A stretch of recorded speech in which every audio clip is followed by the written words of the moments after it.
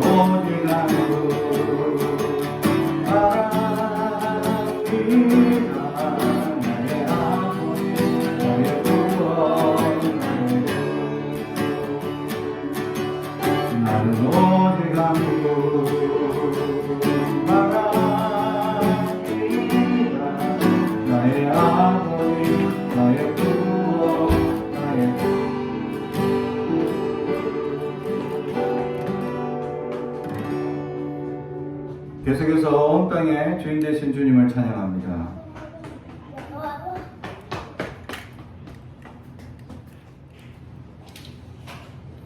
오늘 우리에게 주시는 하나님의 말씀은 시편 8편입니다. 시편 8편 1절부터 9절까지 말씀을 봉독하겠습니다. 하나님의 말씀을 경청해 주시기 바랍니다. 여호와 우리 주여, 주의 이름이 온 땅에 어찌 그리 아름다운지요. 주의 영광이 하늘을 덮었나이다. 주의 대적으로 말미암아 어린 아이들과 젖먹이들의 입으로 권능을 세우시며 이는 원수들과 보복자들을 잠잠하게 하려 하심이니이다. 주의 손가락으로 만드신 주의 하늘과 주께서 베풀어 두신 달과 별들을 내가 보니 사람이 무엇이기에 주께서 그를 생각하시며 인자가 무엇이기에 주께서 그를 돌보시나이까. 그를 하나님보다 조금 못하게 하시고 영화와 종기로 관을 씌우셨나이다. 주의 손가락으로 만드신 것을 다스리게 하시고 만물을 그의 발 아래에 두셨으니 곧 모든 소와 양과 들짐승이며 공중의 새와 바다의 물고기와 바닷길에 다니는 것이니이다. 여호와 우리 주여, 주의 이름이 온 땅에 어찌 그리 아름다운지요. 아멘. 우리 가슴에 손을 얹고 축복의 연합니다. 나는 하나님의 사람입니다. 축복의 사람입니다. 우리 가정은 영혼이 잘 되는 같이 범사가 잘 되고 강건해지는 가정입니다. 우리 교회는 번창하고 창대하게 되며 하나님의 언약이 이루어지는 교회입니다. 아멘. 작은 자를 통하여 권능을 세우시는 하나님이라는 제목의 말씀으로 은혜를 나누고자 합니다. 오늘 시편 8편은 우리가 잘 아는 다윗의 시로 하나님을 창조하신 하나님의 놀라운 역사를 찬양하고 있는 찬양시입니다. 그러나 이 찬양시 중에 우리가 놀라운 하나님의 은혜를 발견하게 된다라는 것이죠. 그것이 바로 오늘 2절 말씀, 주의 대적으로 말미암아 어린 아이들과 젖먹이들의 입으로 권능을 세우시며 아멘. 어린 아이들과 젖먹이라는 아이들은 지각이 연약한 아이들입니다. 우리가 생각할 때는 어쩌면 자기 고집이 강한 아이일 수 있죠. 그런데 이 아이들, 아무것도 모르고 가장 연약한 자의 대표성을 가지고 있는 어린 아이들, 심지어 젖먹이라고 표현하는 것은 정말 본능밖에 없는 이런 어린 아이 입을 통하여서도 하나님의 놀라운 권능을 세우신다라는 말씀으로 우리에게 증거해주고 있다라는 것이죠. 다시 말하면 이스라엘 백성들은 하나님 말씀을, 율법을, 또 이 하나님의 지식을 세우고 또 권력과 권능과 또 학식과 여러 자기가 가지고 있는 수많은 것들 중에 많은 세상의 기준으로 봤을 때 높다고 생각하는 그런 모든 것들을 동원하여서 정말 하나님을 찬양하고 하나님을 영광 돌리는 것이 아니라 오늘 다윗은 어린아이들 입을 통하여서도 하나님의 권능을 세우신다라는 말씀을 하고 있다라는 것이죠. 예수님도 이와 비슷한 비유의 말씀을 하신 적이 있습니다. 유대인들이 아브라함의 자손을 강조하고 그렇게 아브라함의 자손임을 자기들 자부심을 누리며 살아가는 그들을 향하여 돌들도 하나님께서는 아브라함의 자손으로 만들 수 있다 라고 강조하고 있습니다. 다시 말하면 하나님 입장에서는 우리가 가장 높다, 가장 크다, 가장 많다, 또 가장 깊다, 학식이 많고 학식이 깊고 또 똑똑하다, 재능이 있다, 능력 있다 하는 이 모든 것은 하나님 앞에 아무것도 아니다라는 겁니다. 그런데 많은 사람들은 자신이 공부하고 자신이 세워가고 자신을 위하여 학식을 세워가는 사람들이 많이 있다라는 거죠. 그렇습니다. 지식을 배우고 많은 지식을 깨닫는 것은 다른 이들로 하여금 그 지식을 통하여서 지혜를 발휘하여 세상에 연약한 이들을 인도하라고 주신 지식이죠. 그런데 사람들은 도리어 내가 그만큼 알고 똑똑하고 많은 것을 가지고 있고 당신들은 없다라는 논리를 통하여서 나는 당신들과 다르다라고 생각하며 갑질과 또는 여러 가지 잘못된 병폐들이 일어납니다. 그러면서 자신들은 다른 사람들과 다르다. 그래서 자기는 좀 더 나은 사람이라고 표현하고 다른 지식이 없는 이들에 대해서는 그들은 연약한 자라고 치부할 때가 많이 있습니다. 사람들은 그래서 선입관이라는 것이 참으로 무섭다라는 것입니다. 사람들과 대화를 나누지 않았음에도 불구하고 사람들을 보는 인상 또는 의복을 착용하고 있는 모습을 통하여 사람에게 대하는 태도가 완전히 달라지는 모습을 보게 됩니다.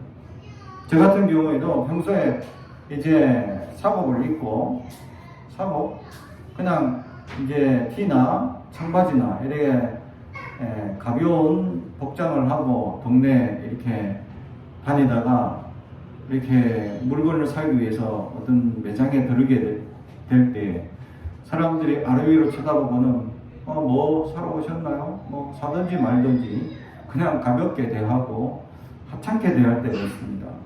굉장히 기분 나쁠 때가 있었습니다. 어떨 때는 사람을 외모로 보고 있구나. 그래서 내가 그 집을 내가 이제 이 외출을 갔다가 오면서 양복을 입은 그대로 그 집을 한번 들려본 적이 있습니다. 그랬더니 갑자기 태도가 확 바뀌는 겁니다. 어서 오십시오. 예, 반갑습니다. 하고 사람을 대하는 태도가 완전히 180도. 나는 똑같은 사람인데 내가 입고 있는 의복에 따라서 사람이 다르게 태도를 취하는 세상 사람들의 기준들이 있다는 겁니다. 이것이 얼마나 우리를 불쾌하게 만드느냐. 다시 말하면 세상 사람들의 기준, 이게 세상 사람들만의 기준이 아니다라는 거죠. 교회 안에도 그런 일이 있었습니다. 한 번은 제가 어느 교회에 있을 때 아주 이제 노숙자분이셨던 것 같아요. 몸에서 냄새가 아주 진하게 나고 심지어는 그 아침에 약주까지 하셨어. 그래서 그 술 냄새에다가 막 몸에서도 냄새가 이 숨쉬는 그 자체가 아주 막 흉측한 냄새가 나는 분이 한 분 들어오셨어요. 그래서 자리에 이제 한 자리를 배석해서 앉았더니 사람들이 슬금슬금씩 도망가는 겁니다. 왜? 냄새가 너무 지독하니까. 주변 사람들이 다 도망가는 거예요. 저도 이제 그 사람 이제 그분 곁에 있으면서 그분과 같이 이제 예배를 도와주기 위해서 이렇게 예배를 드리는데 저도 굉장히 숨쉬기가 곤란할 정도로, 특히 저도 이제 냄새에 아주 예민한 사람 중에 한 사람인데 정말 왜 우리가 보통 화장실에 들어갔을 때 처음엔 냄새가 지독하지만 계속 앉아있으면 그 냄새가 이제 감각이 상실되잖아요. 근데 이분의 냄새는 몇 초, 몇 시간마다 새로운 냄새가 내 코를 자극하는데 이로 감당하기 힘든 냄새였어요. 저도 이렇게 감당하기 힘든데 옆에 있는 사람들 얼마나 힘들까. 그러니까 앉아있던 사람들 한 자리 띄워서 다들 물러가 있는 사람들이었죠. 안 그래도 이제 교회가 복잡하고 이제 비좁은 자리였는데 사람들이 그렇게 이제 막 자리를 띄우고 앉아 있는 겁니다. 저는 이제 옆에서 이제 그분의 이제 성경책도 펴드리고 또 이렇게 찬송가도 펴드리고 또 주기도문도 어딘데 찾아서 이제 이거 읽으시라고 하시고 이렇게 이제 안내하고 있었죠. 그리고 이제 그분이 가시고 난 다음에 교인들이 불평을 털어놓기 시작합니다. 너무 냄새가 심하다, 힘들다, 어렵다, 괴롭다 이런 말을 하는 겁니다.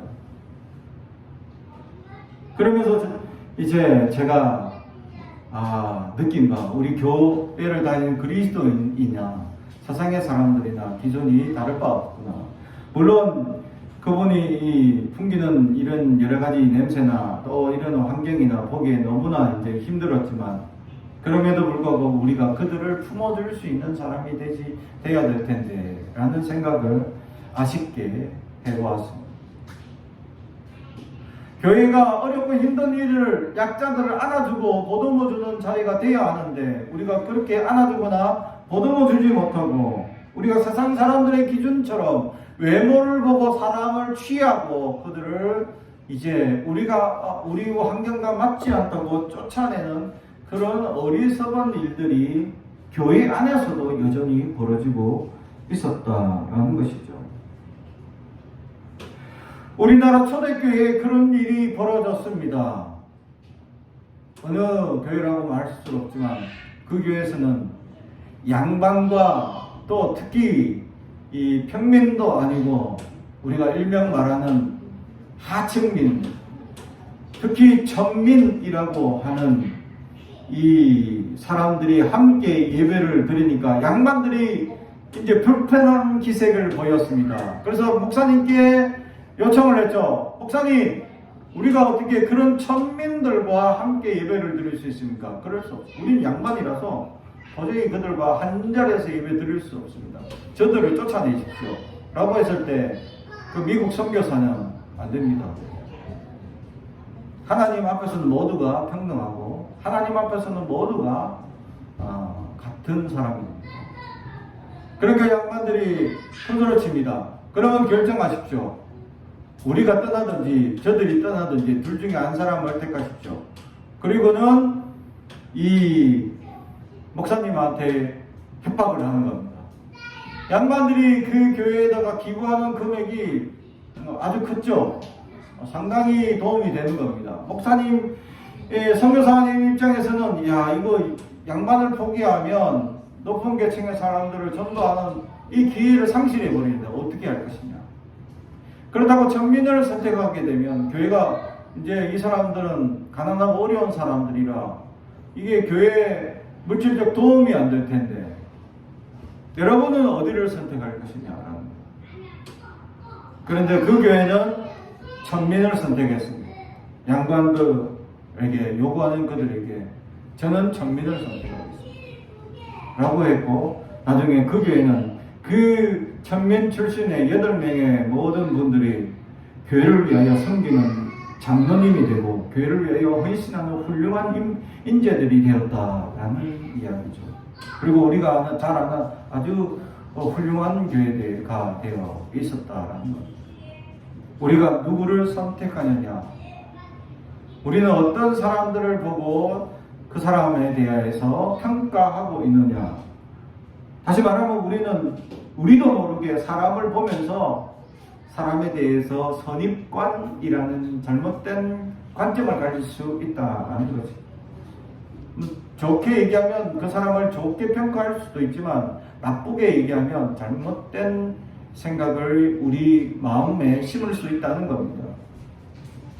저도 어느 교회 처음에 부임했더니 어느 교사들이 저를 딱 보더니 아주 날카롭게 생겨가지고 사람의 성질이 참 별로 아닌 것 같은데 라고 생각을 했다는 겁니다.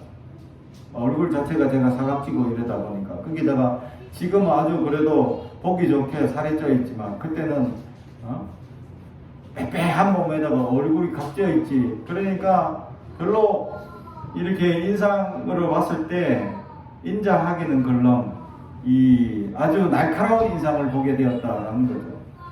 그래서 별로다, 별로 안 좋다, 성격이 별로 안 좋으신 것 같다 막 이렇게 평가해가지고 제가 그 교회 부임해가지고 그분들과 교사 일을 하고 이제 함께 아동부를 진행하는데 교사들이 보기보다 아주 훌륭하신 분이시구나 라는 생각을 가지게 된 거죠. 선입관이 깨어지게 되었다라는 겁니다. 우리가 사람을 경험하지 못하고 사람을 보게 되는 첫인상이 우리가 생각하는 것과 전혀 다른 사람들이 있다라는 것이죠. 어떤 사람은 첫인상이 굉장히 훌륭하고 굉장히 좋은 인상을 가지는 사람들이 있습니다. 그런데 그 사람이 말을 하는 순간 그 사람이 인격이 드러나고 등망이 드러나 도리어 보이는 것보다 더 많은 것이 깎이는 사람들이 있죠. 그래서 첫인상보다 손해를 보는 사람들이 있습니다. 그래서 사람은 대화나 또 행동을 통해서 드러나는 인품이 얼마나 훌륭하냐를 경험하게 될 때 우리는 그 사람을 종합적으로 바라볼 수 있게 된다는 거예요. 첫인상만으로 결국 그 사람을 평가했던 것들이 좋은 평가가 나빠질 수도 있고 나쁜 평가가 좋아질 수도 있다는 거죠. 결국 우리는 늘 잘못된 어쩌면 선입관이 우리의 생각을 우리 스스로 지배할 수 있다는 사실입니다. 그런 말미암아 우리는 사람들을 지대하게 잘못 평가할 때가 많다는 것이죠. 이런 잘못된 생각들, 우리의 연약한 마음들을 주님께서는 변화받기를 원하고 있었다는 것이죠. 그래서 오늘 성경에 작은 자, 어린 아이들 입을 통하여서 하나님의 권능을 세운다 라고 오늘 말씀해주고 있습니다.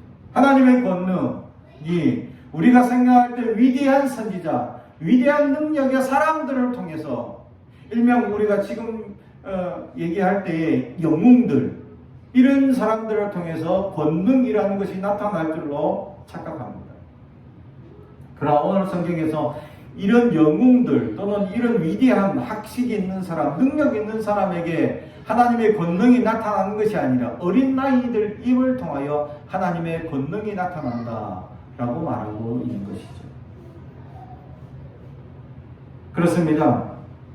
우리가 살아가면서 우리가 가르치고 있는 자녀들, 우리의 어린 아이들이 얼마나 믿음적으로 순수하게 받아들이느냐라는 것이죠.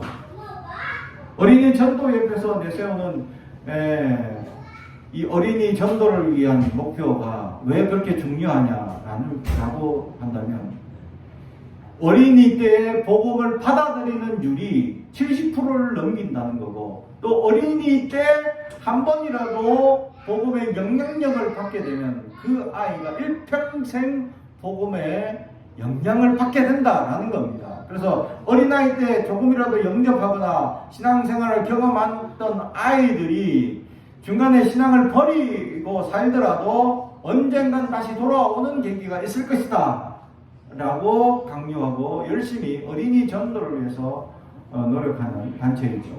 저도 거기에 공감합니다. 왜냐하면 제가 그런 케이스였기 때문이죠. 저도 초등학교 1, 2, 3학년 때까지만 해도 제가 살던 지역의 교회에 이렇게 열심히 다녔습니다. 저희 때에는 이렇게 출석을 하면 포도송이 스티커를 하나씩 줍니다. 그래서 저희 동생과 같이 가서 이제 예배를 드리고 포도송이 스티커를 받아오면 이게 이제 이 30개가 딱 차면 이제 선물을 줍니다. 근데 30개가 채우려면 주일 30일 또는 55주? 1년 거의 차야지 이게 포도송이가 하나가 완성되는데, 저는 어릴 때 선물 받고 싶은 욕심으로 동생 스티커를 떼가지고 제 스티커 붙이는 자리에 붙였죠. 그러다 보니까 1년도 안 됐는데 제가 포도송이 완성했어요 하고 선생님 갖다 주니까, 선생님은 이상한데 얘가 온지 6개월밖에 안 되는데 벌써 포도송이를 완성했다고? 이상한데? 그렇다고 자기가 내가 어린 때 이걸 이렇게 몰래 하나 더 갈 수도 없는 거고, 하나씩 그날 예배 마치면 주는 거니까 집에 갈 때 이상하다 생각했더니 하면서도 선물을 주셨어요. 그래서 저는 선물을 받고 이런 이제 누렸죠. 그러다가 교회를 안 나가게 된 계기가 아주 있습니다. 그게 뭐냐면 이게 헌금 때문이었죠.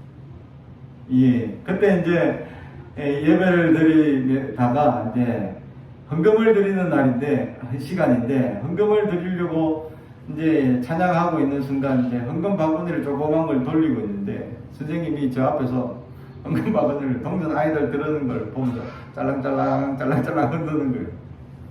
저는 가난하고 돈이 없는 집에서 부모님이 또 교회 다닌다고 헌금 말고 돈 주는 집도 아니고 돈이 없어서, 그때 돈 10원, 20원도 엄청 귀한 시절이었죠.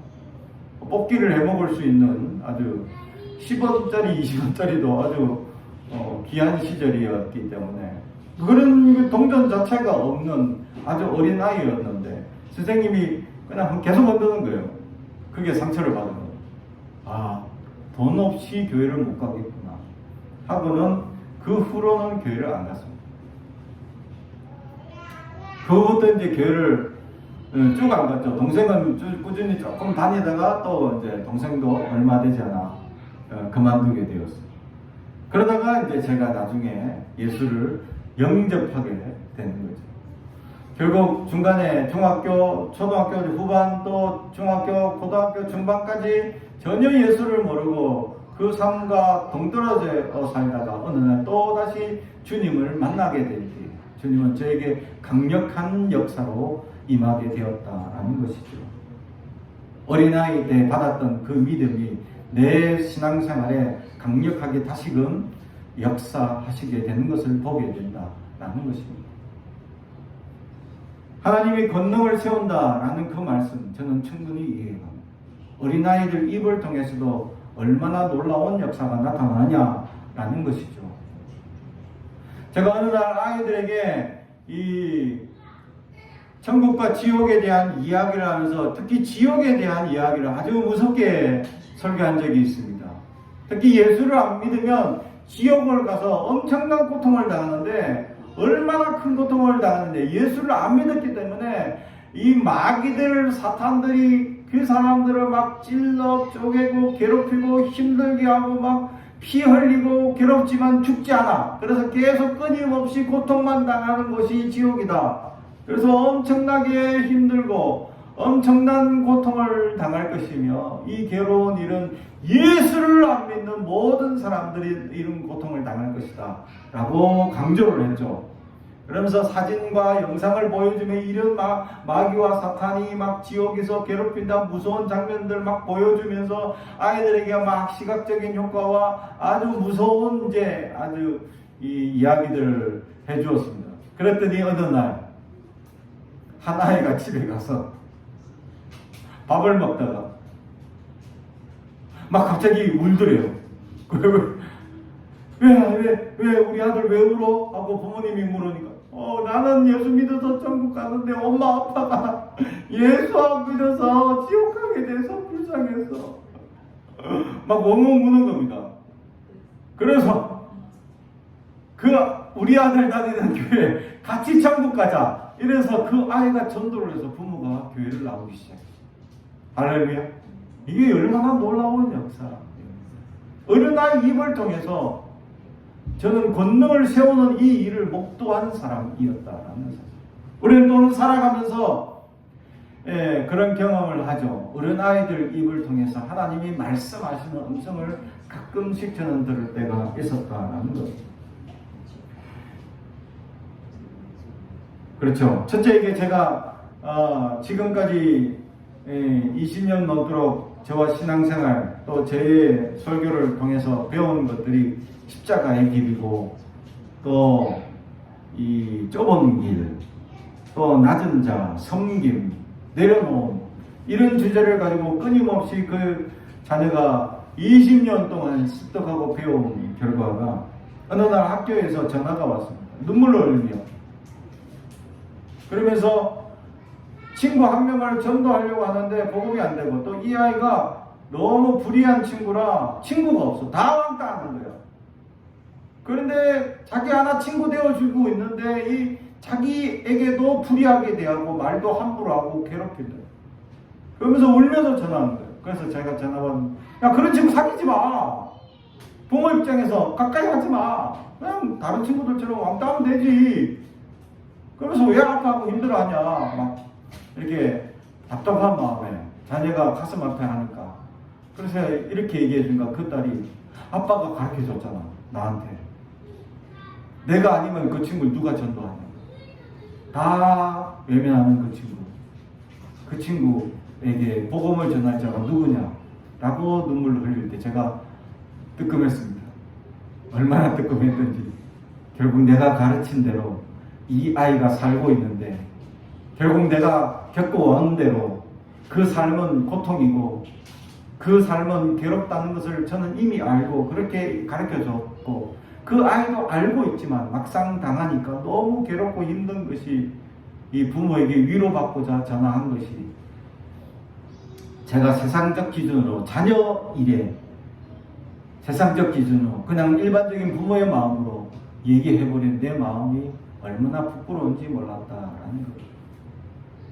우리 둘째, 셋째까지도 어쩌면 앞으로 제가 가르치는 십자가의 길, 좁은 길, 낮은 길, 내려놓은 가난을 즐기는 아이들이 된다면 부모 입장에서는 가슴 아프고 힘든 생각이지만 그들 안에 진정한 예수를 누릴 수 있다면 저는 그것도 감사할 수 있습니다. 우리 어린아이들이 작은 입을 통하여 하나님의 놀라운 역사 권능을 세운다 라는 이 말씀, 가지고 있다, 능력이 있다, 지식이 있다, 이는 그들을 부끄럽게 하시는 역사, 하나님은 지금도 이루고 역사하시고 계신다 라는 사실입니다. 다른 말로 얘기하면 하나님은 약자의 입을 통하여 약한 자들을 들어서 하나님은 강한 자들을 부끄럽게 하시는 놀라운 역사에 대해서 오늘 성경은 우리에게 말씀해 주고 있는 것입니다. 다윗은 자기가 왕이었습니다. 그러나 왕이 되기 이전에 자기는 어린 아이였습니다. 다윗은 어린 나이 때부터 목동 자리에 생활을 했습니다. 왜 어린 나이인데 왜 목동 생활을 해야 합니까? 그에 대한 유대인들의 비화가 있지만 간략하게 얘기한다면 이 아버지 이새의 역사가 따로 있었다는 거죠. 할머니의 역사 속에서 모압 여인이라는 이방인의 자녀라는 이 약점 때문에 유대 사회에서 왕따당하는 어려움이 있었습니다. 그런 어려움과 연약함 때문에 하나님이 이 자기의 집안을 선택한 집안이냐 아니냐라는 아버지의 갈등이 있었다는 거죠. 그래서 부인과 잠시 결별하고 이제 하나님의 뜻이라면 다음 자녀 이제 여종을, 그러니까 혈통이 아주 좋은 집안의 여종을 선택해서 그 여종과 같이 이제 동침한 후에 자녀를 낳았을 경우에 하나님이 뜻하신 역사가 있을 것이다 라고 했는데, 어느 날 보니까 동침을 했는데 어느 날 보니까 자기 부인이 임신한 거예요. 알고 보니까 여종이 부인과 바꿔치기 한 겁니다. 그래서 여종이 잠을 자려고 하는 그것을 부인이 와서 남편과 잠을 자고 아이를 가지게 되었다라는 거죠. 그 아이가 바로 다윗이 되었습니다. 그리고는 형제들로부터 또 아버지로부터 조금 불편한 사이가 되었죠. 그래서 어린 나이일 때부터 그는 양을 쳐야 합니다. 어린 아이, 다윗이 왕이 되겠다라고 안수받은 게 언제냐? 15살 정도쯤이라고 성경은 얘기합니다. 15살 되는 아이가 있나요 여기? 있죠? 지금 뭐합니까? 그죠? 15살 때 왕이 되겠다라고 안수받았어요. 그래, 그 왕이 되겠다라고 안수받았던 이유는 뭐죠? 하나님을 찬미하는데 양을 치고 들로 산으로 다니며 있을 때 그냥 그는 불평하며 살아가는 것이 아니라 자연을 보며 오늘 사냥처럼 하나님 어찌여 일이 그렇게 아름답습니까? 이 자연 만물을 이렇게 아름답게 찬양하셨습니까? 나는 연약한 자인데 하나님께서 지켜주시고 보호하시고 돌봐주시는 내가 너무 감사합니다 하는 이런 훌륭한 찬양들을 그 어린 때부터 찬양을 높이며 감사를 드렸다라는 거죠. 그럴 때 하나님은 그를 왕으로 삼겠다 약속해 주십니다. 할렐루야. 사랑하는 성도 여러분, 우리에게 그런 믿음의 고백이 있어야 할 줄로 믿습니다. 하나님께서 세우시는 놀라운 역사, 하나님은 약자를 통하여 강한 자, 가지고 있다, 지식이 있다, 능력이 있다 하는 이들을 부끄럽게 하시는 하나님의 놀라운 역사가 일어나게 된다는 거죠.